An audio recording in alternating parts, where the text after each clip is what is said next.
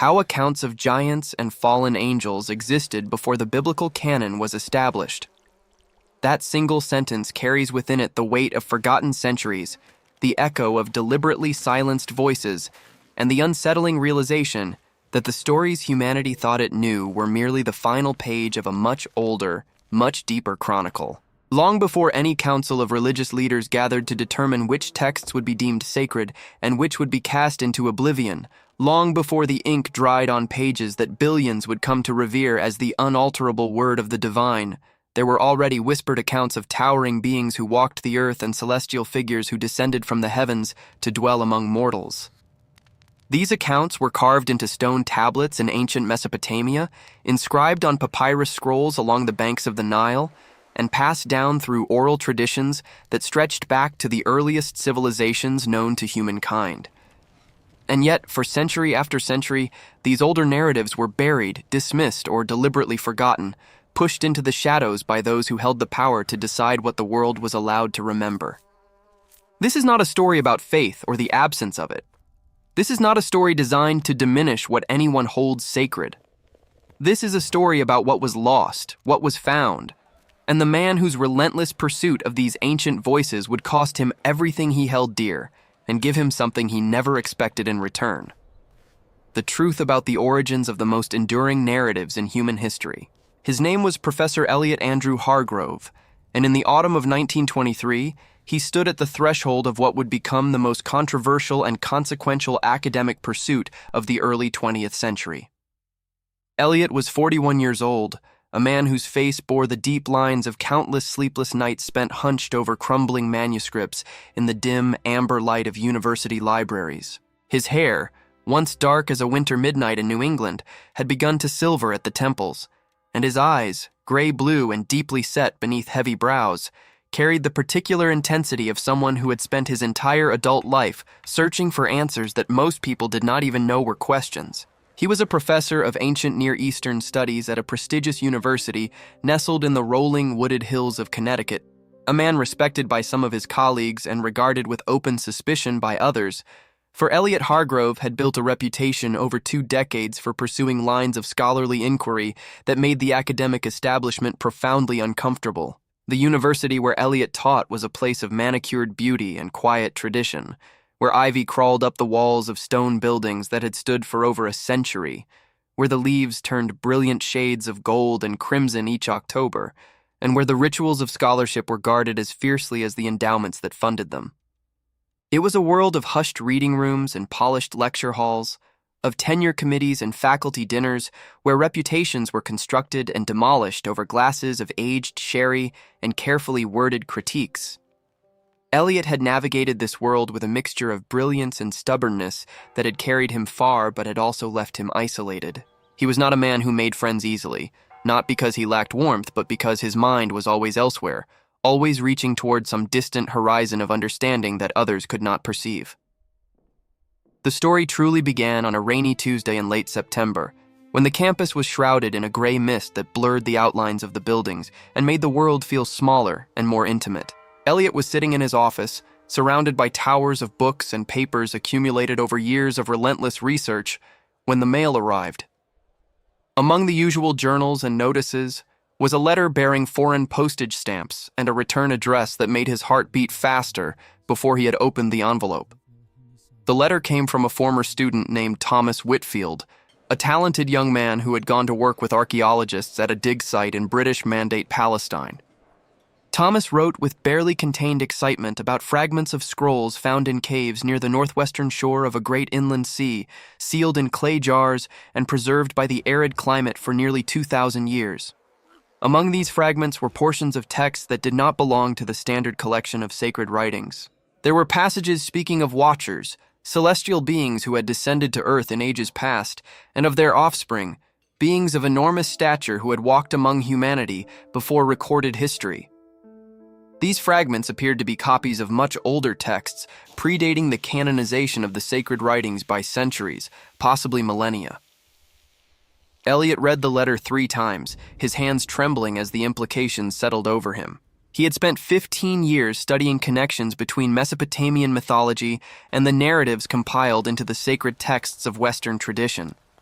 He had argued, in papers met with polite dismissal and occasionally open hostility, that many stories people assumed originated within the Israelite tradition were far older, drawing from a vast reservoir of mythology stretching back to Sumer, Akkad, and Babylon.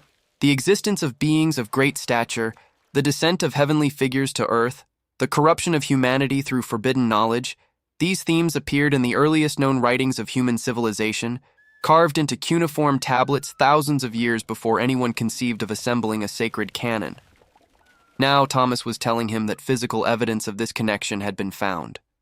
But Eliot was not impulsive. He sat in his study that evening, rain drumming against the windows, and considered the risks with the careful attention of a man who understood that the pursuit of truth often required strategy as well as courage.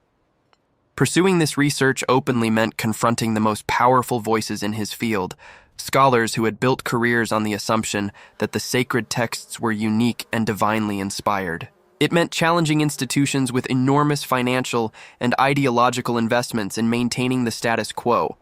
And it meant risking the one thing Eliot valued above almost everything, his ability to continue his work. A disgraced academic was a silenced one, and silence was something Eliot could not bear. There was another consideration, one he did not examine too closely that evening, but that would prove the most significant of all. Her name was Dr.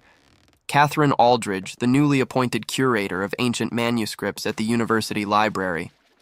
Catherine was 36, with auburn hair pinned in a practical arrangement that somehow looked elegant, and dark eyes that missed nothing. She had arrived the previous spring with a reputation for meticulous scholarship and quiet determination that Eliot found both admirable and slightly intimidating from their first meeting at a faculty reception. He had been struck by how she spoke about ancient texts, not as dead artifacts, but as living voices deserving to be heard. In the weeks since, they had developed a cautious friendship, meeting for coffee and exchanging notes about their studies. Their conversations circled around something deeper, a shared intellectual passion rare in an environment where scholarship had too often become careerism. Eliot found himself looking forward to these encounters with surprising intensity, and he suspected Catherine felt the same anticipation. But neither had spoken of it directly.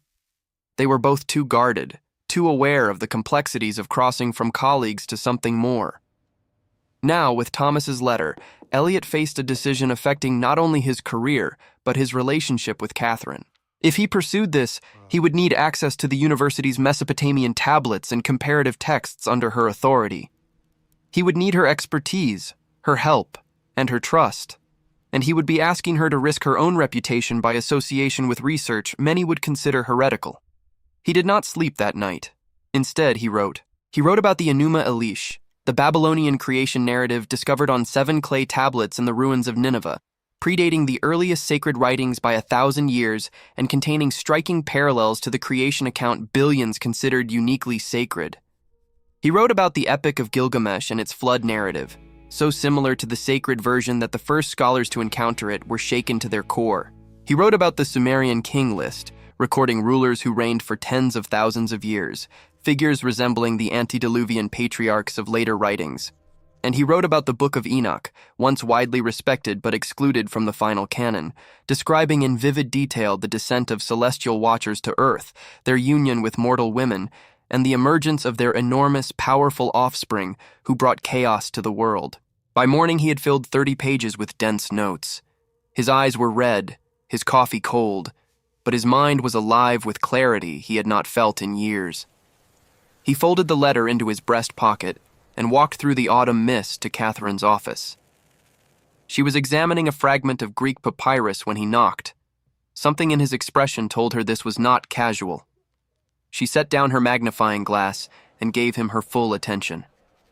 "I need to tell you something," he said, stepping inside and closing the door. The conversation lasted 3 hours. He showed her the letter, explained his theory, laid out the evidence piece by piece. He told her, with a directness that surprised them both, that he could not pursue this without her help and would understand if she chose not to be involved. Catherine listened without interrupting, her dark eyes moving between his face and the documents spread across her desk. When he finished, silence filled the office. The ticking of the clock on her wall seemed to grow louder. You understand what this could mean for both of us, she said. It was not a question. I do. If we pursue this and fail to produce irrefutable evidence, we will not simply be criticized. We will be destroyed. Our careers, our reputations, everything we have built. I understand that too. Catherine nodded slowly. She reached for her tea, took a deliberate sip, and said, "When do we start?" Confira se já é inscrito neste canal, porque o que você está prestes a ouvir é uma viagem através da história esquecida que a maioria das pessoas nunca vai encontrar em outro lugar. Relatos escondidos por milênios que só agora estão sendo trazidos à luz. E se você não se inscrever, vai perder os próximos capítulos desta crônica extraordinária. The work began in earnest that very week. Elliot and Catherine established a routine that would define their lives for several months. Each morning, before the university came fully to life, they met in a small windowless room in the library basement that Catherine had secured under the pretense of conducting a routine manuscript inventory. The room was cramped and poorly ventilated, lit by a single overhead lamp that cast a yellowish glow over the long table where they spread their materials. It smelled of old paper and dust, the perfume of centuries.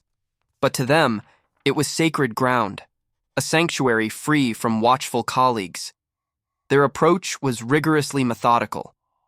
Catherine brought expertise in manuscript authentication and textual criticism, an almost uncanny ability to detect forgeries through inconsistencies in ink, handwriting, and parchment quality. Elliot contributed deep knowledge of Mesopotamian languages and cuneiform script. Together they formed a partnership greater than its parts, each compensating for the other's limitations with rigorous, respectful critique. The first phase focused on establishing a comprehensive timeline of narratives involving towering beings and celestial figures. They began with the oldest known sources, Sumerian texts from the 3rd millennium before the Common Era. Among these were accounts of the Anunnaki, powerful beings who, according to Sumerian cosmology, descended from the heavens and shaped human civilization. The Sumerian king list recorded rulers with impossibly long reigns, chosen or empowered by these celestial figures. Some accounts suggested the earliest kings were themselves of partially divine origin, beings occupying an ambiguous space between human and heavenly. From Sumer, they traced the evolution through Akkadian and Babylonian periods. The Enuma Elish provided a creation narrative involving cosmic conflict between primordial forces, resulting in the current universal order and the creation of humanity. The parallels with the sacred creation account were striking and had been debated since the text was first translated in the 19th century. But Elliot and Catherine focused specifically on how the Mesopotamian text described beings of immense size and power in the primordial era, figures resembling the giants mentioned in later sacred writings. The Epic of Gilgamesh provided another crucial thread. This masterwork told of a king of extraordinary size and superhuman strength, 2/3 divine and 1/3 mortal, whose quest for immortality led him to encounter flood survivors in a narrative predating the sacred version by centuries and raising profound questions about the direction of influence between traditions. But their most significant early discovery concerned the Book of the Watchers, the first section of the Book of Enoch. This text described 200 celestial beings descending to Mount Hermon, moved by desire for mortal women, producing offspring of enormous size and terrible power. The Watchers also transmitted forbidden knowledge, metallurgy, weapon forging, cosmetic arts, reading celestial signs, and esoteric sciences. The result was a world so corrupted that divine judgment became necessary, leading to the Great Flood. What made the Book of Enoch critically important was its history. It had been widely read, quoted, and respected in early religious communities. Yet during canonization, it was excluded. Over time, it was actively suppressed, copies destroyed or neglected, until it virtually disappeared from the Western world, surviving only in an Ethiopic translation preserved in East Africa and rediscovered by Western scholars in the 18th century. The question consuming Elliot and Catherine was why. The answer, they realized, was complex and deeply revealing. Canonization had not been a simple, transparent exercise. It had been protracted, contentious, and political, shaped by theological agendas and institutional interests. The Book of Enoch posed a problem because its account of celestial beings mingling with humanity was too vivid, too detailed, too challenging to the emerging orthodoxy. The brief canonical reference could be domesticated through reinterpretation, the sons of the divine realm reimagined as merely a righteous lineage intermarrying with a less righteous one. The Book of Enoch left no room for such comfortable readings, so it was pushed beyond the margins entirely. It was during this phase that they grasped the staggering scope of what they were dealing with. The narrative of towering beings and celestial descent was not an isolated motif. It was a vast, interconnected web stretching across cultures, languages, and millennia. From the Anunnaki to the Nephilim, from Greek Titans to Canaanite Rephaim, the same fundamental narrative appeared everywhere. Powerful beings of immense size, often of celestial origin, who walked the earth in a primordial age, their existence ended by divine judgment. If these were variations of a common tradition predating all known sources, then the canonical stories were not the origin, but one branch of a much older tree. The sacred texts had not created these stories. They had inherited and simplified them. One December evening, during a snowstorm that transformed the campus into hushed white beauty, Catherine made a breakthrough. Examining Aramaic fragments from the caves, she found a passage in the Book of Giants describing these enormous beings experiencing terrifying visions of their own destruction. Despite their immense power, they were frightened, confused, desperate, sending emissaries to seek the patriarch Enoch's intercession. "Do you see what this means?" Catherine said, standing close enough that Elliot caught the scent of lavender. These beings were not just monsters. They were conscious, capable of fear, of hope, of seeking mercy. The older texts understood them as persons with moral complexity and inner lives. She was right. The canonical texts had reduced them to a dismissive mention, but the pre-canonical sources told a richer story. These beings were tragic, products of a union between realms that should never have merged, caught between worlds, belonging to neither, doomed by the very nature of their existence. They had not asked to be created. Their destruction in these older narratives was not simple justice, but cosmic tragedy. "This changes everything," Elliot said quietly. He turned to Catherine, and for a moment scholarly excitement gave way to something deeper and more personal. They were standing very close in the warm room, snow falling silently outside, the world far away. Catherine met his gaze and did not look away, and both understood that what was growing between them could no longer be ignored. But the moment passed, as such moments do when the people involved are careful and afraid of disrupting something precious.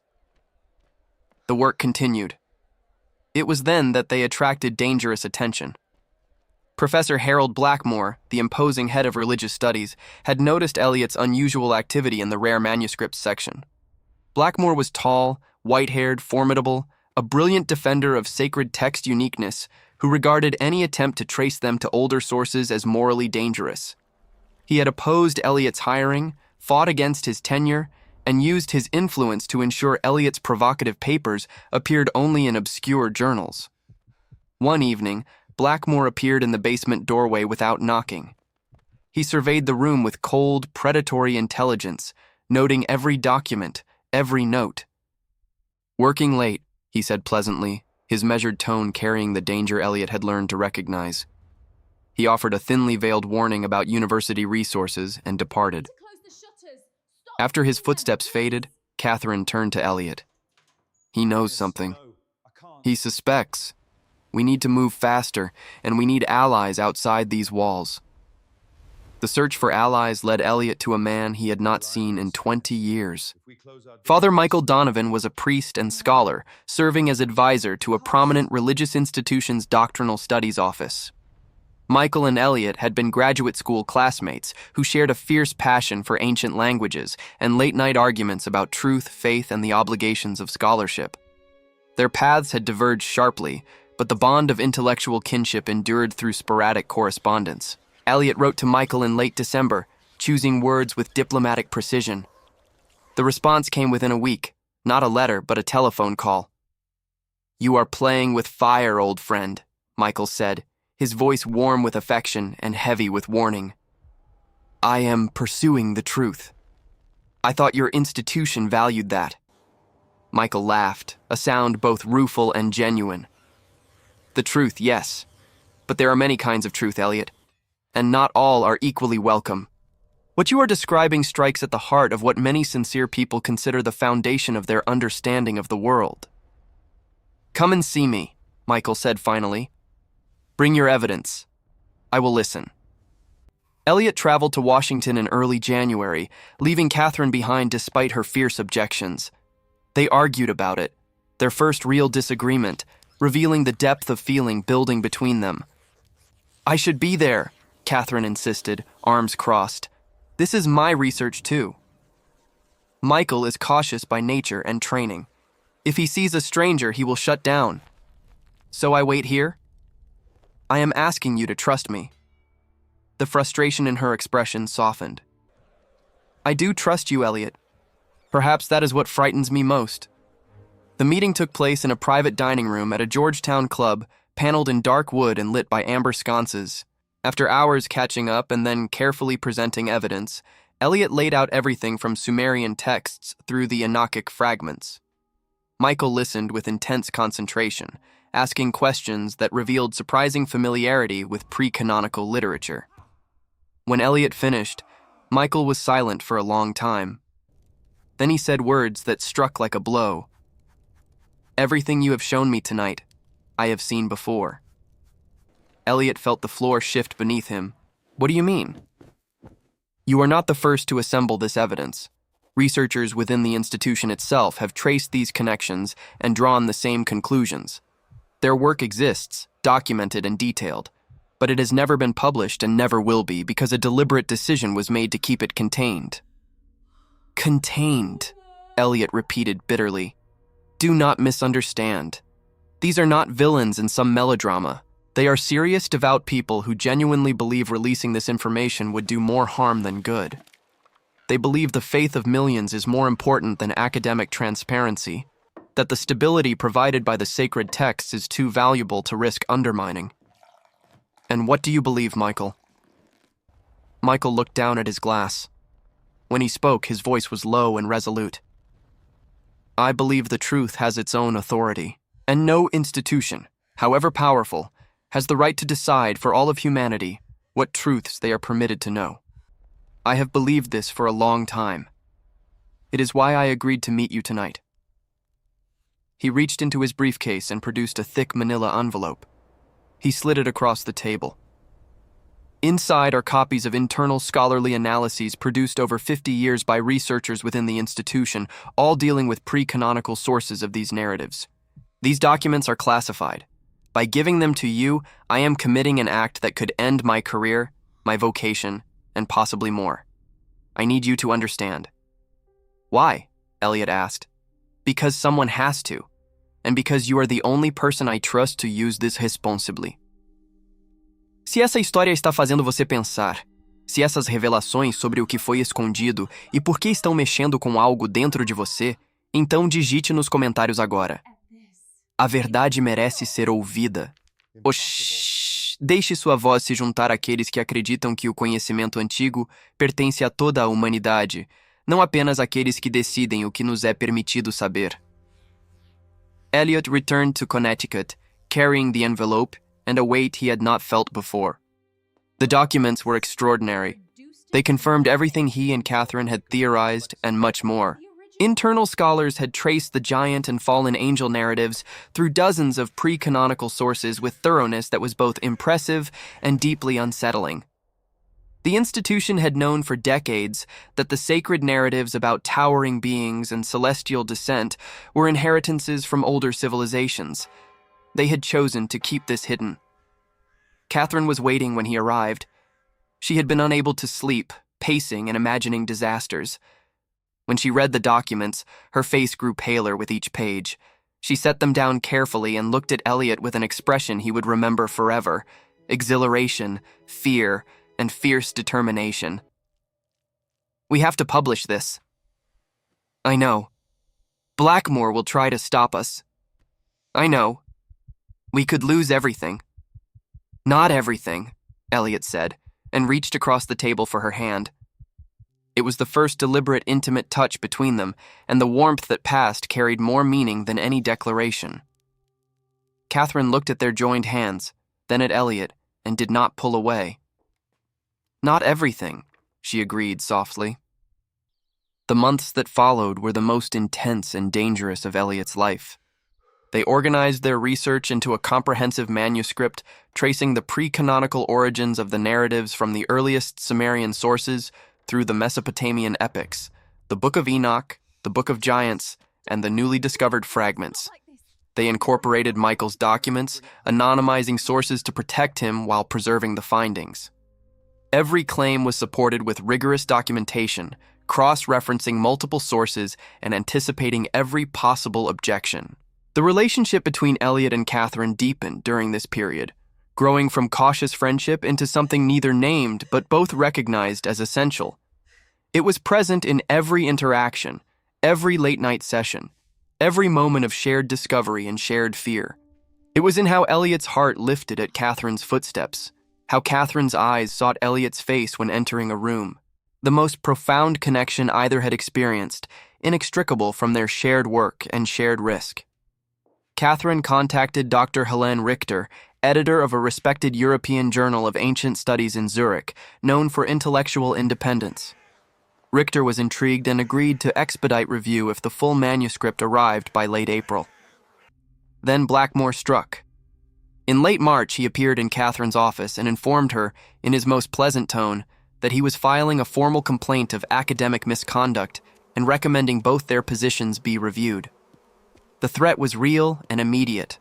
Blackmore had the influence to follow through. It was now a race. They worked 18-hour days, sleeping at their desks, eating when they remembered. There were nights when Elliot fell asleep over his notes and woke to find Catherine dozing in the chair beside him, her face soft in sleep. There were mornings they stumbled into sunlight with no memory of the previous hours. During one exhausting session, the accumulated pressure broke through. They had been arguing about interpretation of an ambiguous Aramaic passage, fatigue eroding patience. Catherine suddenly stopped mid-sentence, pressed her hands to her face, and began to cry. Elliot was stunned. In all their months together, through all the pressure, he had never seen her lose composure. He stood frozen, then something broke open inside him. He crossed the space between them and put his arms around her. She leaned into him, trembling gradually subsiding. He held her and was overwhelmed by a tenderness so fierce it frightened him. He understood in that moment that this woman had become the most important person in his life, more important than his career, his research, even the ancient narratives that had consumed him for 20 years. When she lifted her face, her eyes were red, but her expression calm. "I am not crying because of the argument. I am afraid all this will be for nothing, that the truth will be buried again, as it has been for thousands of years." "It will not be for nothing," Elliot said, meaning it completely. "Because we found each other, and because the truth, once uncovered, can never be completely buried again. It may be suppressed, denied, ignored, but it endures. It always endures." Catherine searched his face with the same careful attention she gave ancient manuscripts. Then she touched his cheek, a gesture so simple and intimate, it carried more weight than any spoken declaration. "Then we finish this." They finished the manuscript on April 27th, 3 days before deadline. Elliot mailed it to Zurich and felt a strange mixture of relief and terror, the sensation of having set something irreversible in motion. 2 days later, formal letters arrived, both placed on administrative suspension pending investigation of academic misconduct, filed at Blackmore's recommendation. Access revoked, materials confiscated, instructed not to contact each other. They ignored the last instruction completely. They met in coffee shops, parks, quiet corners of off-campus bookstores, planning their defense. The investigation was thorough, humiliating, conducted with bureaucratic relentlessness. During this dark period, Elliot received a cryptic note from Michael through intermediaries. "Blackmore has contacted the institution. They are aware of the leaked documents. Be careful, old friend." The stakes had risen far beyond a university proceeding. Elliot understood they were caught in a conflict between forces much larger than themselves, the eternal tension between the desire to know and the desire to control knowledge. But hope arrived from an unexpected direction. In mid-May, a young woman named Sarah Prescott appeared at Elliot's door. She was an archaeologist from the dig site, a colleague of Thomas Whitfield. Small, wiry, intensely focused, with deeply tanned skin and calloused hands, she had traveled to Connecticut, carrying a discovery that would change everything. In a newly opened cave chamber, her team had found scrolls in an extraordinary state of preservation. Among them was a text unlike anything previously discovered, an Aramaic narrative dated to the 3rd century before the Common Era that appeared to be a first-hand account of the process by which texts had been selected for a sacred collection and others deliberately excluded. It described a gathering of religious authorities debating with passionate intensity whether to include writings about watchers and their enormous offspring. Speakers argued both sides. The debate was bitter and protracted, the decision to exclude carried by a narrow margin and enforced by the presiding leader's authority. If authentic, this was among the most significant discoveries in textual history. Not merely evidence that pre-canonical narratives existed, but a record of the very moment those narratives were deliberately suppressed. Sarah laid out photographic reproductions on Elliot's table. The Aramaic script was clear, formed with a trained scribe's precision. Elliot began translating aloud while Catherine took notes. As this 2,000-year-old document's words filled the room, words written by someone present at one of the most consequential decisions in human intellectual history, all three felt the hairs on their arms rise. The ancient scribe was speaking directly to them across an unimaginable gulf of time, bearing witness to a truth hidden for millennia. Catherine reached for Elliot's hand under the table and held it tightly. He squeezed back, and in that small gesture was everything they shared: the work, the fear, the love, the fierce conviction that what they were doing mattered profoundly. Sarah stayed 3 days. They produced a preliminary translation and analysis, working around the clock. When she departed, she carried a sealed copy with instructions to secure it in case anything happened to the original work. The very next day, word came from Zurich. The manuscript was accepted. Peer reviewers gave their highest recommendation. The editorial board voted unanimously to publish. Dr. Richter wrote personally, describing it as a landmark work. Armed with this news, Elliot and Catherine faced the disciplinary committee with confidence. The hearing took place in a wood-paneled room in the administration building, Blackmore at one end, Elliot and Catherine at the other. Blackmore presented his case with polished rhetoric, characterizing their research as reckless, unauthorized, motivated by notoriety. He recommended termination and sealing of all materials. When Elliot's turn came, he did not argue or plead. He placed on the table the acceptance letter from one of the most respected journals in the field, the written evaluations of internationally renowned peer reviewers, and the photographic evidence of the canonization scroll. The room fell silent. Blackmore's face went through visible changes: disbelief, anger, then the slow recognition that the ground beneath his position had crumbled. The committee deliberated 3 days and voted 5-2 to dismiss all charges. Blackmore registered a formal dissent, but his influence was diminished beyond recovery. When Elliot and Catherine walked into the warm May sunshine, they were silent for a long time. They walked across the campus, past ivy-covered buildings and ancient oaks, past groups of students on the grass, until they reached a wooden bench beside a small pond at the campus edge, where the sound of water and birdsong created a pocket of peace. Catherine laid her head on Elliot's shoulder. For a long time, they watched light play on the water, reflections of clouds drifting across the surface like ancient vessels sailing toward an unknown horizon. "We did it," Catherine said quietly. "We did." "What happens now?" Elliot thought about the manuscript soon to be published, the reactions it would provoke. He thought about Michael, who had risked everything, about Sarah, working in distant dust and heat, about Thomas, whose letter started it all, about the unnamed scribe who 2,000 years ago sat down with ink and parchment to record what he witnessed, trusting that someday someone would read his words. "Now," Eliot said, "we tell the world."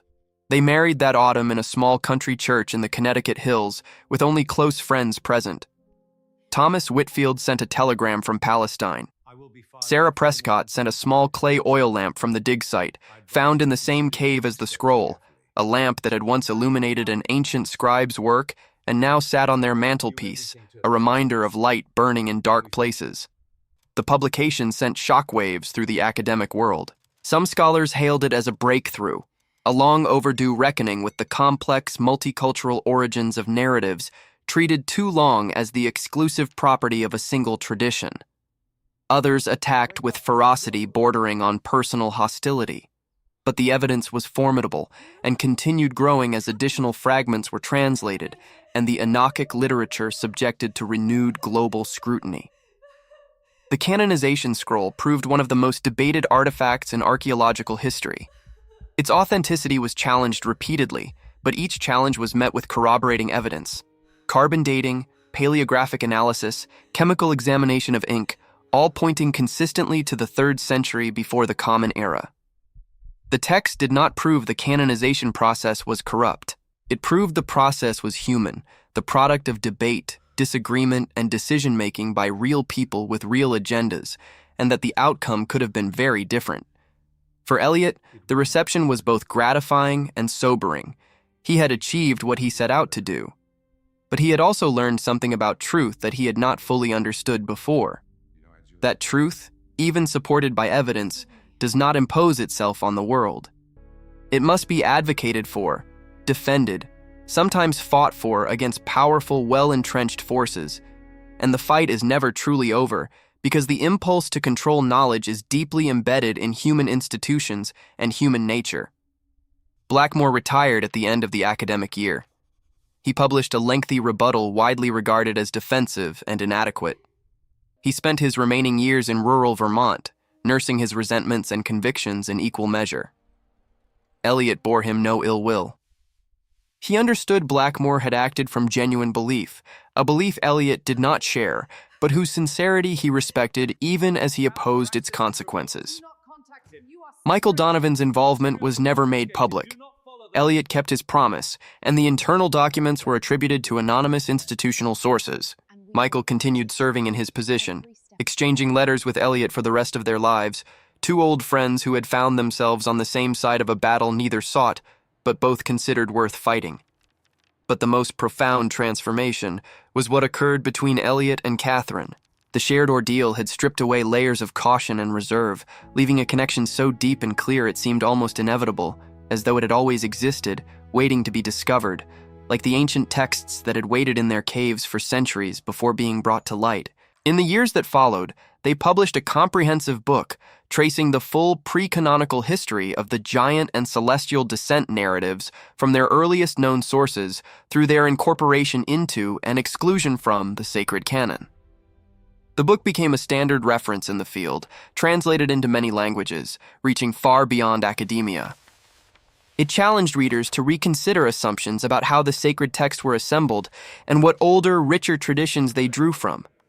The story of these pre-canonical narratives is ultimately about memory and forgetting, about what humanity chooses to remember and what it deliberately leaves behind.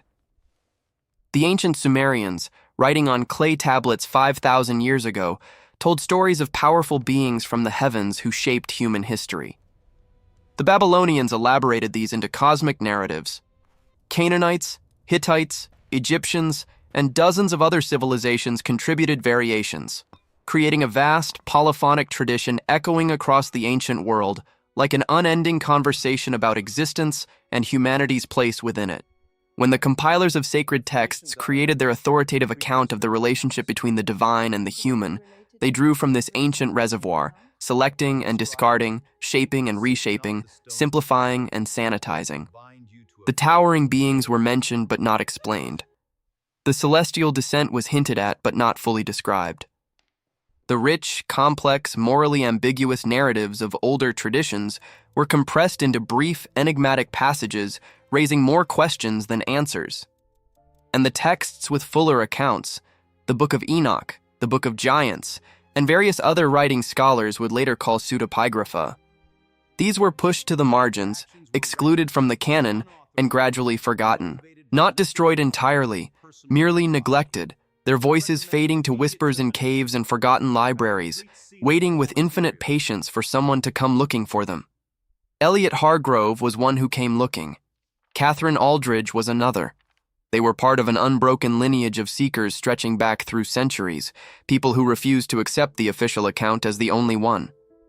They paid a price, as seekers always do.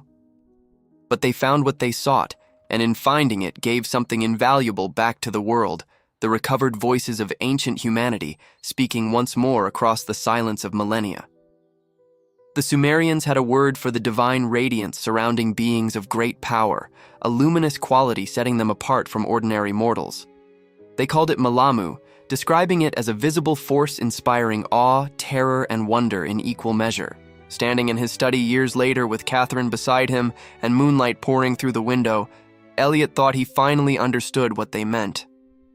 Not as a supernatural phenomenon, but as a quality of attention, of presence, of being fully alive to the magnificence and mystery of existence.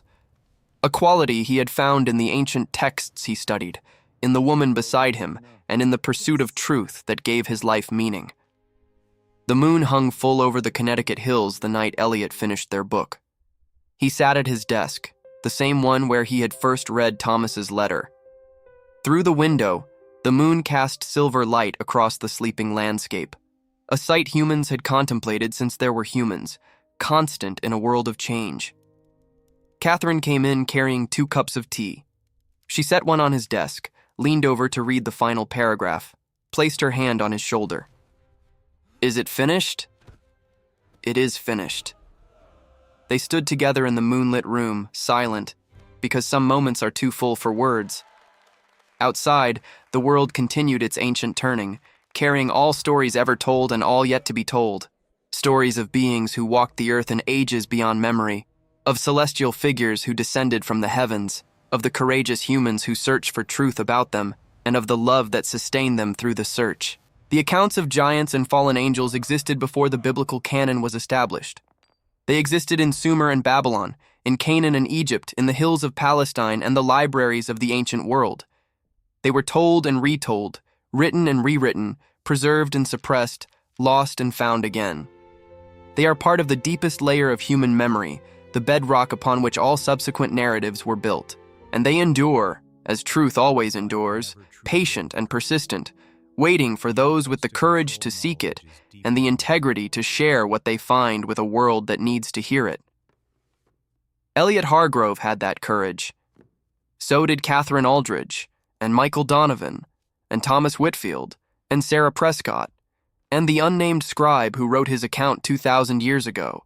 They were all part of the same story, the story of humanity's relationship with its own past, with the narratives that shape understanding, and the decisions that determine which narratives are allowed to be heard. It is a story still being written, because the questions it raises have not been answered and perhaps cannot be answered, only explored with humility, rigor, and willingness to follow the evidence wherever it leads. And under the moon that has watched over all of this, over the rise and fall of civilizations, over the writing and burning of books, over the debates of scholars and decisions of councils, over the courage of those who seek and the fear of those who suppress, the ancient stories continue to whisper. They whisper from clay tablets and papyrus scrolls, from caves near the inland sea and libraries of Europe, from texts excluded from the canon, and from the brief, mysterious passages allowed to remain. They are the voices of the oldest human tradition, the tradition of looking up at the sky and wondering what descends from it, of looking at the earth and wondering what giants once walked upon it, and of looking into the darkness of the past and refusing to be afraid of what is found there. If you've watched this far, it's because you liked this case. Leave a comment saying, "I watched this far so I can get to know you and know who really likes the stories here on the channel." If this journey through forgotten history has touched you, leave a like on this video, because every like is a sign that these ancient voices still matter. Share with someone who loves unraveling the mysteries of the ancient world, because stories like this deserve to reach as many people as possible. If you are not yet subscribed to this channel, subscribe now, because there are many more chronicles like this waiting to be told, stories buried for centuries that deserve to finally see the light of day. Every subscription, every comment, every share is an act against forgetting, and a declaration that truth matters, and that there are people in this world who refuse to stop searching for it.